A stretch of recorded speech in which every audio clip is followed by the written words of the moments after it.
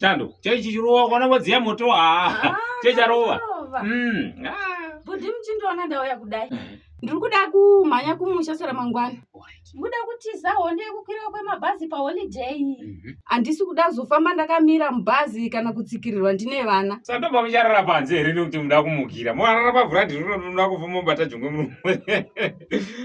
Vahwani. Iwo munaenda nebhazi ripiko kugoko wacho? Apa ndikutongokwira chero zvemujani izvozvi. Ya, pakaipa chero. Naititi. Mabhazi anonzi Fees and Massive. Bhazi ro ndoriziva ndorakakwidza kava zukuru wenyu apa pavabva kumusha paholiday apa. Saka zvaita zvakanaka. Ve-customer service ve-Fees and Pets.